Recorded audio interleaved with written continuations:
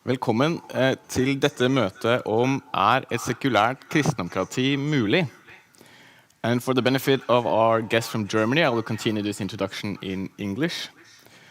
My name is Eilev Hegstad. I work in Civita and is going to moderate this discussion today. This meeting is organized by Civita in cooperation with the Konrad Adenauer Foundation.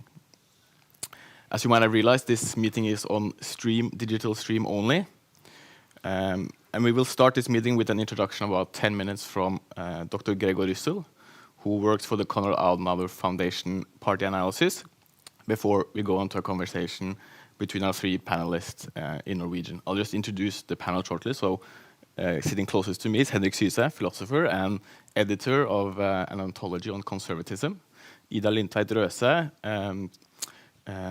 former chair of the Young Christian Democrats and currently leader of the Christian Democratic Party group in Viken fylke. And lastly, we have Tore Storhaug, who is a former member of parliament for the Christian Democrats and current member of the committee that is to redraft the principles program of the Christian Democrats. We would very much like to hear your comments and questions, which you can submit in the comments field below the stream or on social media with the hashtag Civita. If you would like a specific member of the panel to answer your question, then you can write that in the comments section as well. This meeting will end no later than 12:45. And with that, I give the word to Dr. Gregor Ryssel, who is going to speak for about 10 minutes on is a secular Christian democracy possible? Thank you. Over to you, Gregor.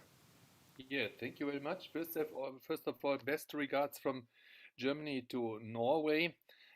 And then thank you very much also for the invitation. It is a pleasure for me to give an input of 10 minutes.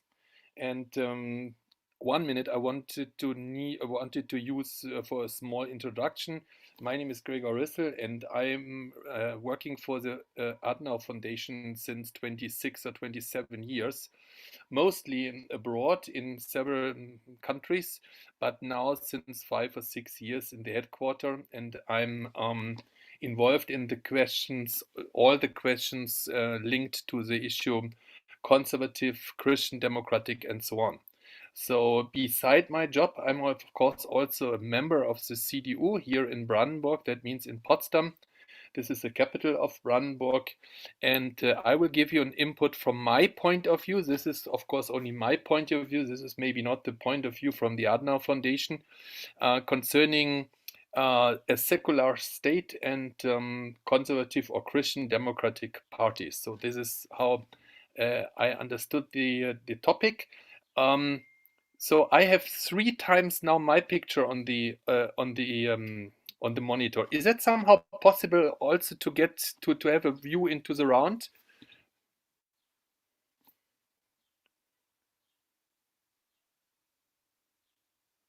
No. But we are here. Yes. Okay, good. Then I will start. It's a little bit confused to look at my own face during talking, but okay. Okay, so the question was, does a secular state exclude Christian democratic parties? So on the first view, everybody would say yes, because a secular state is, of course, a neutral state, and a state that is not dealing or linked to any religions. And this is on the first view. This is the right interpretation of a secular state. We all know from the past and from the history, the discussions, who is the final authority for people? Is that God, or is that the church, or is that the state on the top of the state at former times with a king or with somebody else? So, and what do I do if the state and the president or the authorities of a state have a different opinion, a different final opinion concerning problems than the church? So, to whom I'm following, to the church or to the state?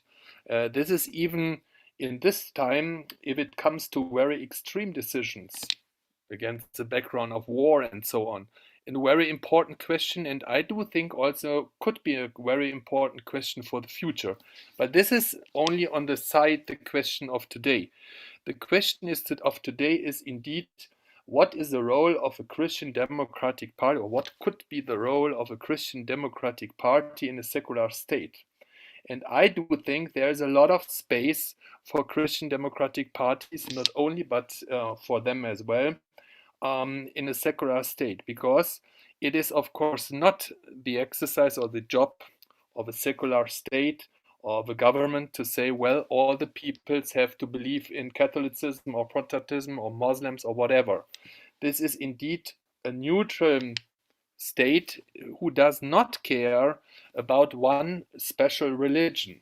But the state should give, and this is also a characteristicum for a secular state, should give space for the people to decide by themselves, okay, we are doing politics from a Christian democratic motivation, or we are doing politics from a Muslim or from a Jewish motivation. This is, I do think, up to the people. On the other side, I do think that the state need values that are coming out of religion. For example, solidarity. I mean, a modern state cannot survive or cannot functioning without the value of solidarity, or, for example, also subsidiarity. These are coming from religion, but this is quite very important for a state to come into a good functioning for the people. This is called in Germany the Bockenförde-Diktum.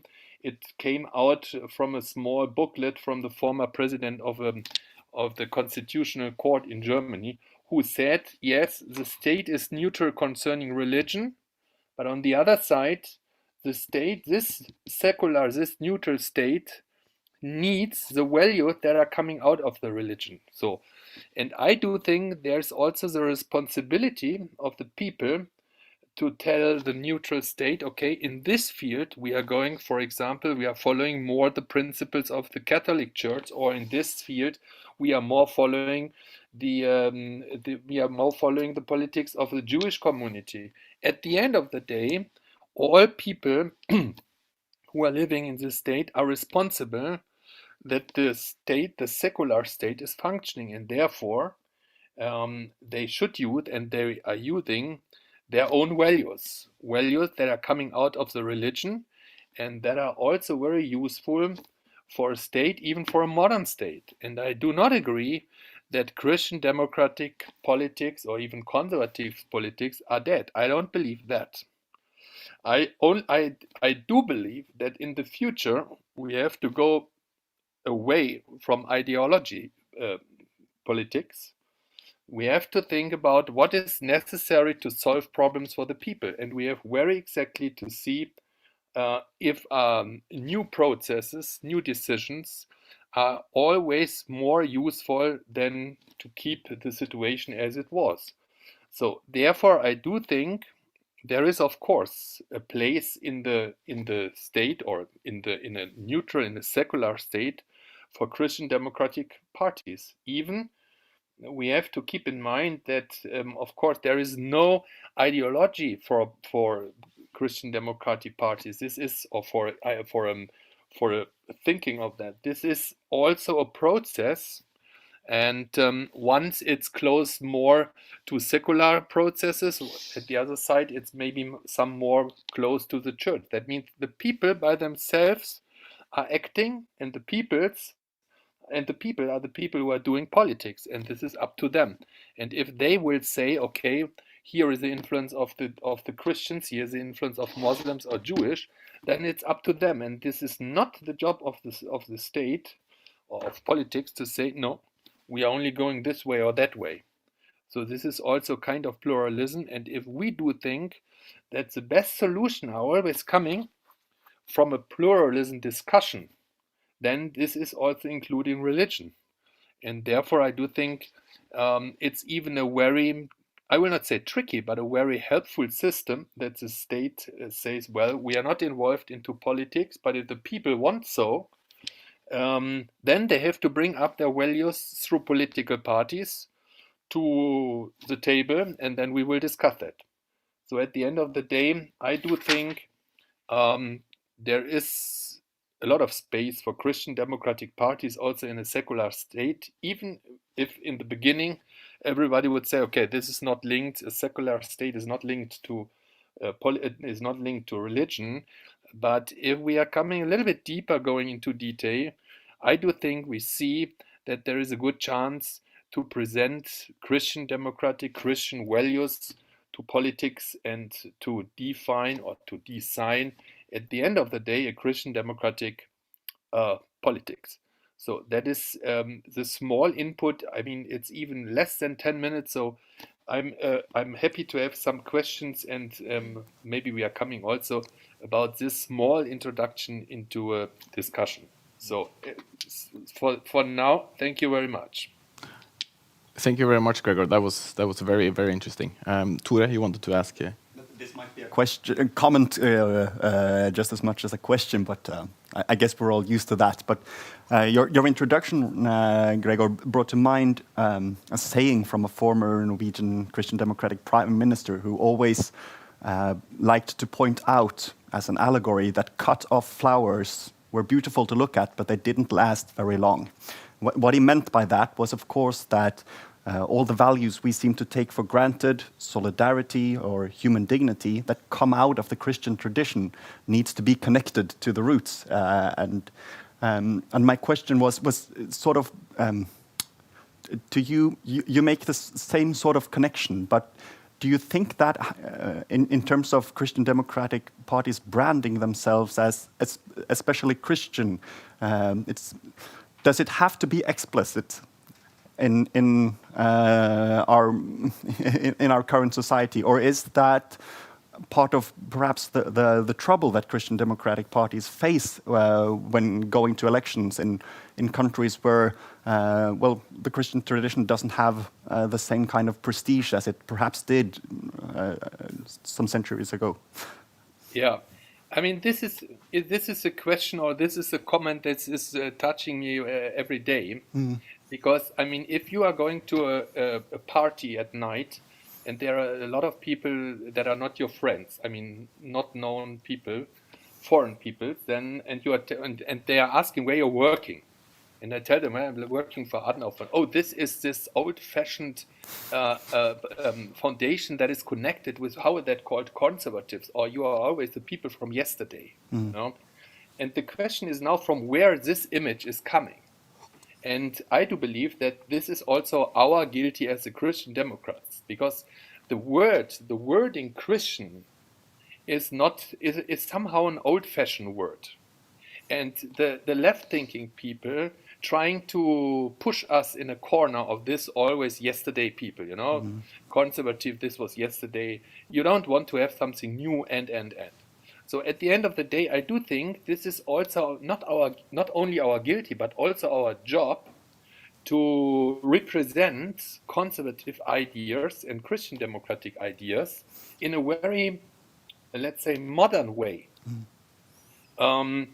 Not to tell them, well, this is all the things from yesterday, the values, solidarity and whatever, but to come out and to discuss with them that even in 2022, the state or the society needs values, and these are Christian values. So we did the mistake in the past that we always, I mean, there is an association. This is the left thinking is always a new thinking, and the new thinking is a very, you know, but this is wrong.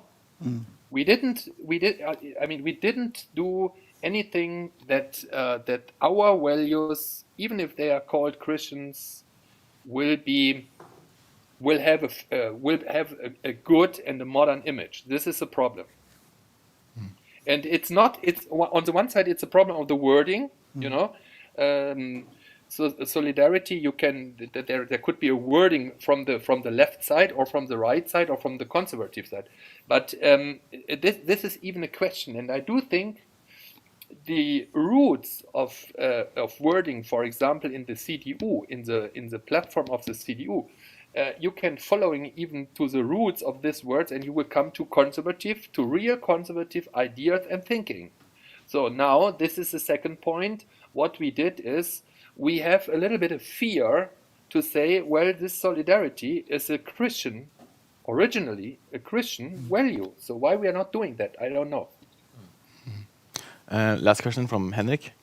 Thank you very much, Dr. Ryssel, for a very interesting introduction, indeed. And I agree absolutely that Christian democracy is not ideology. We should instead talk about values.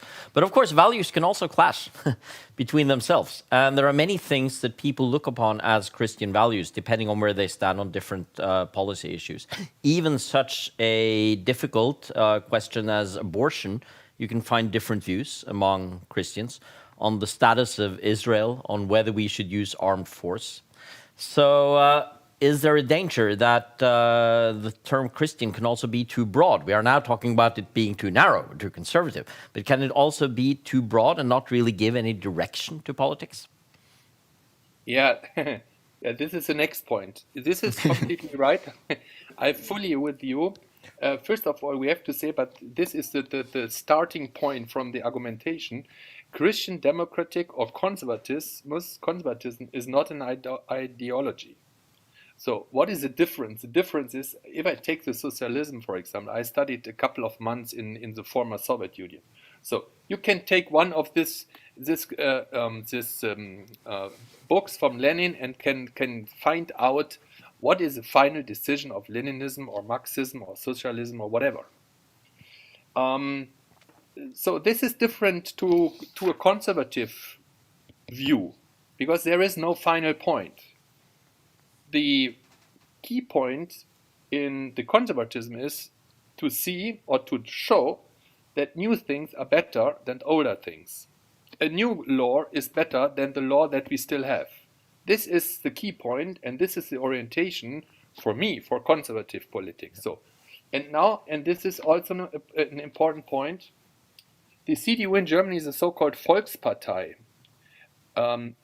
What is not the same with People's Party. I do not agree that the translation is exactly the same, or in the Slavistic languages we have Narodnaya Partia. This is a little bit different. This is not a synonym. So now the danger is, of course, that we have a lot of different opinions. What does it mean, conservative, in the CDU? And you are fully right. We have people who are more on the left side and who are more in the center or more on the right side. And somehow we have to bring them all together. But the problem is now we cannot say, okay, we are going to some kind of conservative Bible and we'll see, is this person A who is on the left side still a conservative or not? So this is a difficulty. But we can say, okay, from the point of view of socialism, this person is not a socialist, but this is a Leninist or whatever. This is easier than in our viewing. And that brings us also to the point that the definition, and you are right, of conservatism and Christian democratic thinking is more undefined or more, or let's say, more difficult to define that what it is. And this is also a question, or this is also a problem of the leadership of a Christian Democratic Party. So is he or she still a Christian Democrat or already not? So this is somehow connected also with your own feeling, but this is also a danger. And that brings us not to the point to say, at the end of the day, I have a small booklet and I will find out if Mr. Friedrich Merz, for example, is still a conservative man or not, Unfortunately, it's a little bit more difficult than we are looking to ideologies. Unfortunately and fortunately, I would say. But thank you very much for your answer. Yeah. All right. Thank you very much for that, Dr. Gregor Ryssel. We will now turn our discussion into Norwegian. Jeg tenkte å bare starte egentlig der vi begynte, Henrik. Et sekulært kristendemokrati mulig?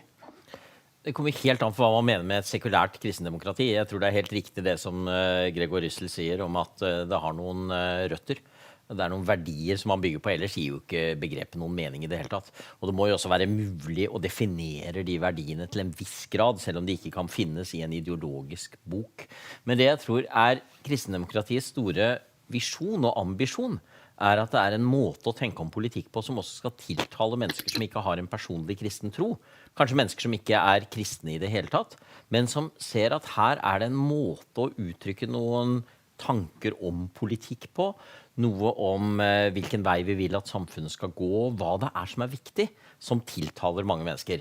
Og det er jo fascinerende, det skal vi komme tilbake til senere i samtalen, det vet jeg, men det skjedde jo tross alt på slutten av forrige årtusen, at Kristelig Folkeparti plutselig flere ganger var et parti som lå på mellom 10 og 15% meningsmålingen, og som ved 2 valg på rad var blant de største partiene i Norge. Hvordan skjedde det? Jeg tror det var en måte å tenke om trygghet på, og hvordan vi skal ta vare på menneskeverdet i en verden hvor ting endrer seg veldig fort, som tiltalte mange mennesker. Og det var mennesker i partiet som uttrykte det, altså partiet Kristelig Folkeparti som uttrykte det, på en måte som gjorde at ganske mange tenkte, ja, jeg er kristendemokrat. Eller kristelig demokrat, som vi kalte det den gangen.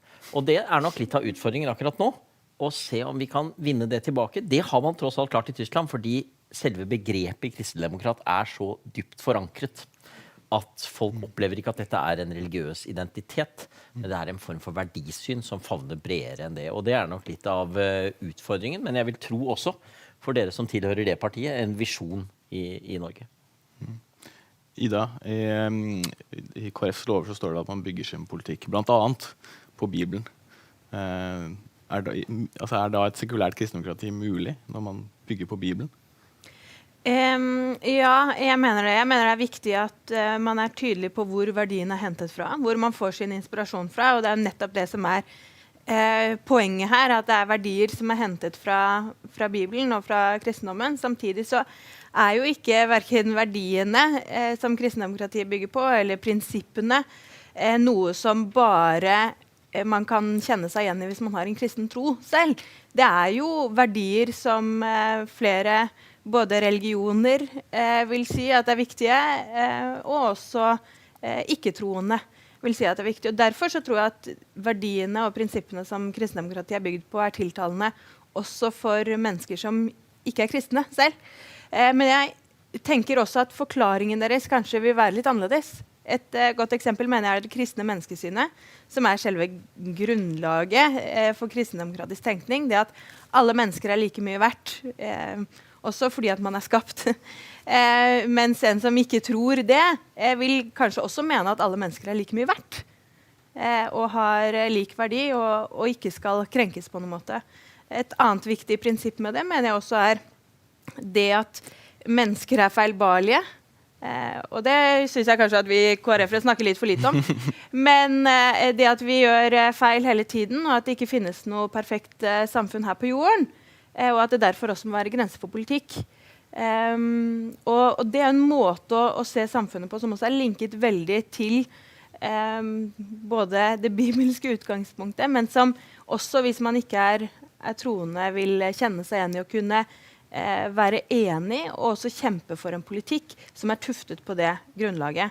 Så tenker jeg også at i Norge, altså, vi har et samfunn som er bygd på kristne verdier, kristen kultur og tradisjon.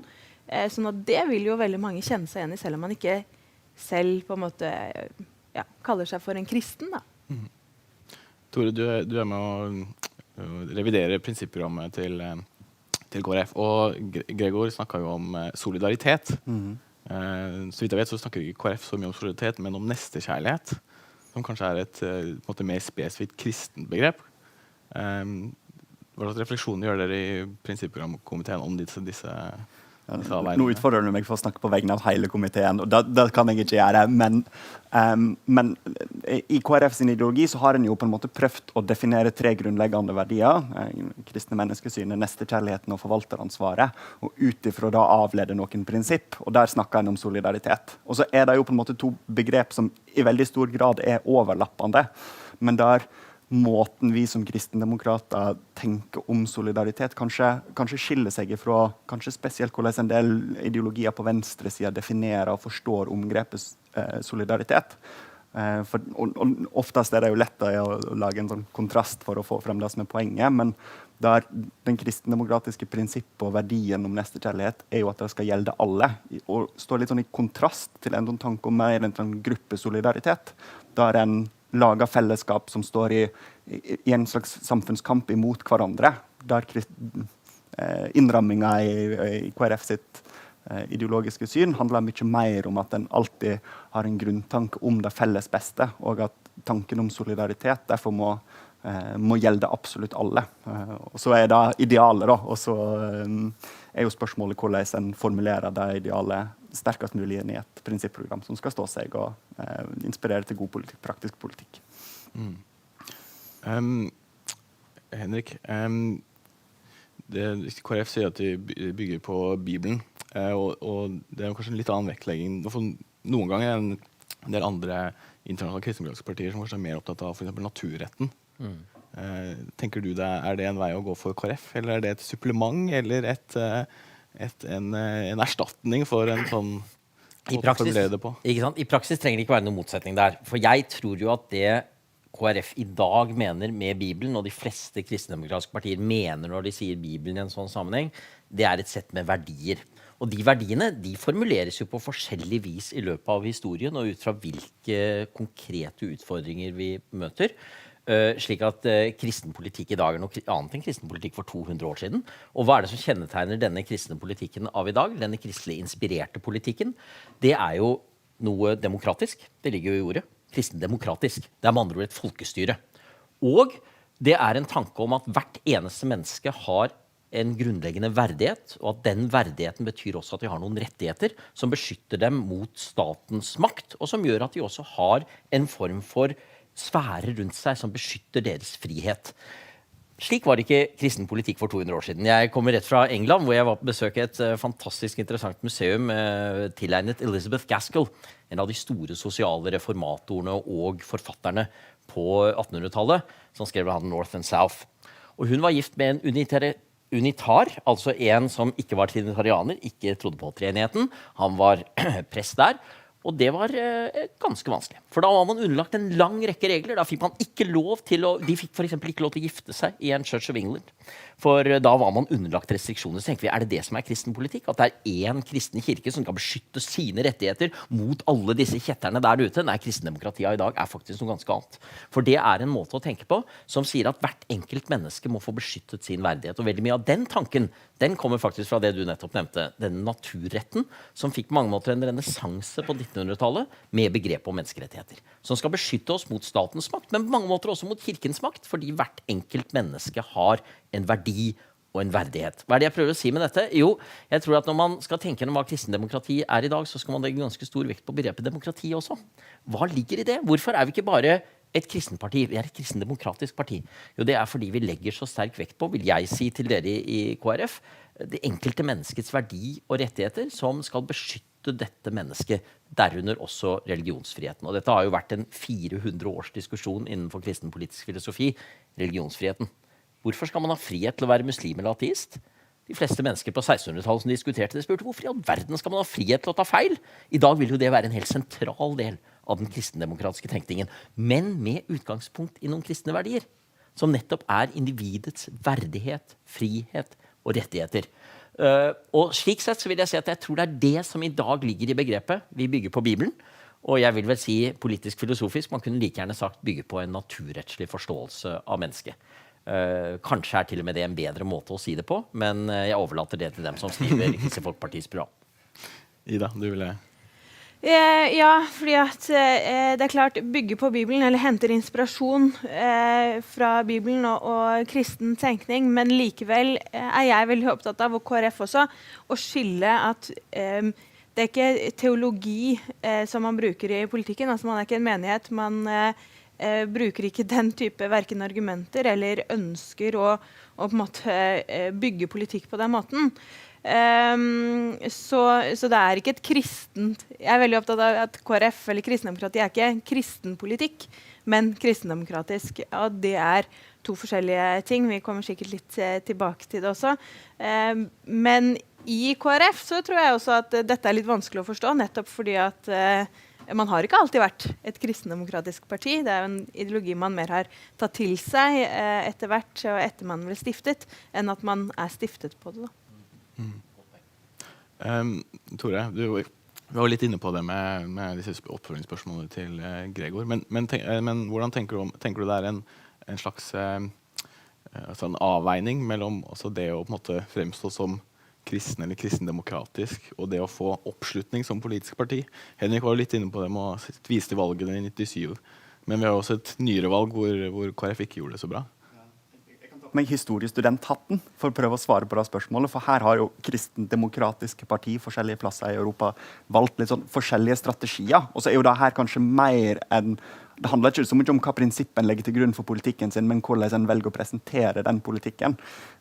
For eksempel i sørlige delene av Belgia, nå i Sveits, og for så vidt på Færøyene og en del andre land, så har en jo tatt vekk begrepet kristen fra partinavnet. En har gjort endringer som gjør koblinger til kristen tradisjon mer indirekte i partiprogrammet. Og min litt sånn enkle analyse av det at det hverken en strålende velgersuksess eller det motsatte. Det ser ut til at det folk opptatt av om de har tillit til politikerne og den praktiske politikken mer enn om de begrepene har blitt endret eller ikke. Men det jeg tror kanskje i alle fall jeg opplever at det en slags liten sånn frustrasjon i en del KrF-kretser at en kanskje opplever at hva folk legger, og kanskje måten en blir møtt på når en presenterer noe som kristendemokratisk, eller at en kommer fra Kristelig Folkeparti, at kanskje det har vært en liten endring over tid, der en før hadde med seg og møtte en mer positiv respons, fordi en hadde kanskje et tydeligere begrep om hvor de verdiene kom ifra, og at den tradisjonen ikke opplevdes som ekskluderende, så blir det mer nå møtt med at tradisjonen en da representerer mindre og mer ekskluderende og prøver å hevde noen særretter. Og det en stor pedagogisk utfordring for et parti som Kristelig Folkeparti, eller for den saks skyld, og tror jeg også tyske CDU, at en må klare å vise at den tradisjonen en står i er inkluderende, og kan romme de som